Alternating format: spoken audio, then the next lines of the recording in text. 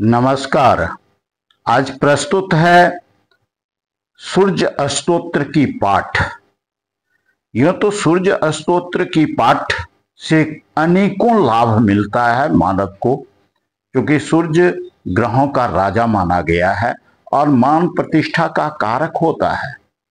ऐसे में कम से कम सप्ताह में एक दिन यानी रविवार को इस पाठ को जो व्यक्ति 21 बार सुनता या करता है उसे अनेकों लाभ मिलता है।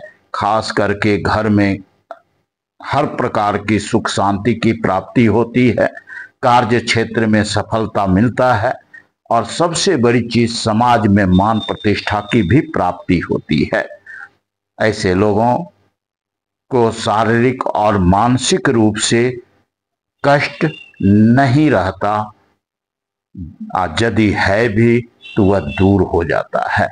तो प्रस्तुत है सूर्य स्तोत्र का पाठ।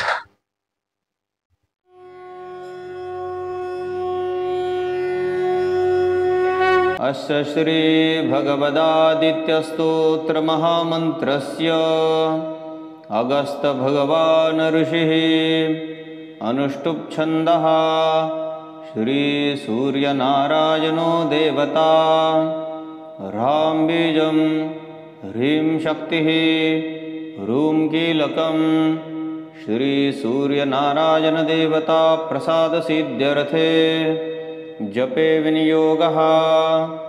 आदित्याय नमः अंगुष्ठाभ्यां नमः, अर्काय नमः तर्जनीभ्यां नमः, दिवाकराय नमः मध्यमाभ्यां नमः, प्रभाकराय नमः अनामिकाभ्यां नमः, सहस्रकिरणाय नमः कनिष्ठिकाभ्यां नमः, मार्तण्डाय नमः करतलकरपृष्ठाभ्यां नमः, आदित्याय नमः हृदयाय नमः, अर्काय शीर्षे स्वाहा, दिवाकराय शिखाय वषट्, प्रभाकराय कवचाय हुं, सहस्रकिरणाय नेत्रत्रयाय वषट्, मार्तण्डाय अस्त्राय फट्।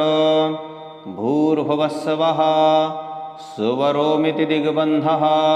अथ ध्यानं ध्याये सूर्यमनन्तशक्तिकिरणं तेजोमयं भास्वरं भक्तानां भजप्रदं दिनकरं ज्योतिर्मयं शङ्करम् आदित्यं जगदीशमच्युतमजं त्रैलोक्यचूडामणिं भक्ताभीष्टवरप्रदं दिनमणिं मार्तण्डमाद्यं शुभम्।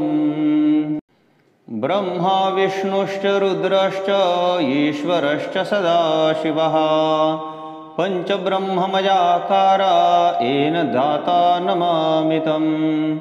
कालात्मा सर्वभूतात्मा वेदात्मा विश्वतोमुखः जन्ममृत्युजरा व्याधि संसारभयनाशनः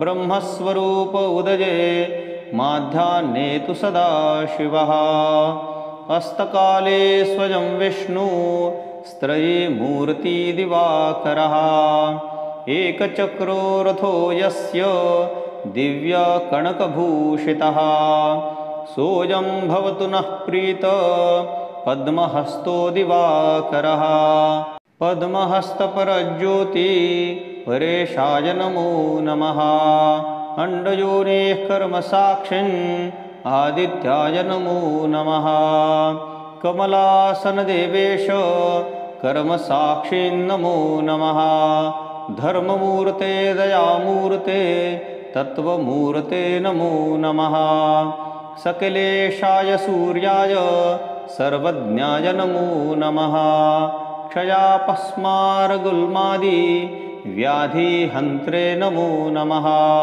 सर्वज्वरहरं चैव सर्वरोगनिवारणं स्तोत्रमेतच्छिवः प्रोक्तं सर्वसिद्धिकरं परं सर्वसम्पत्करं चैव सर्वाभीष्टप्रदायकम् इति श्री सूर्यस्तोत्रं सम्पूर्णम्।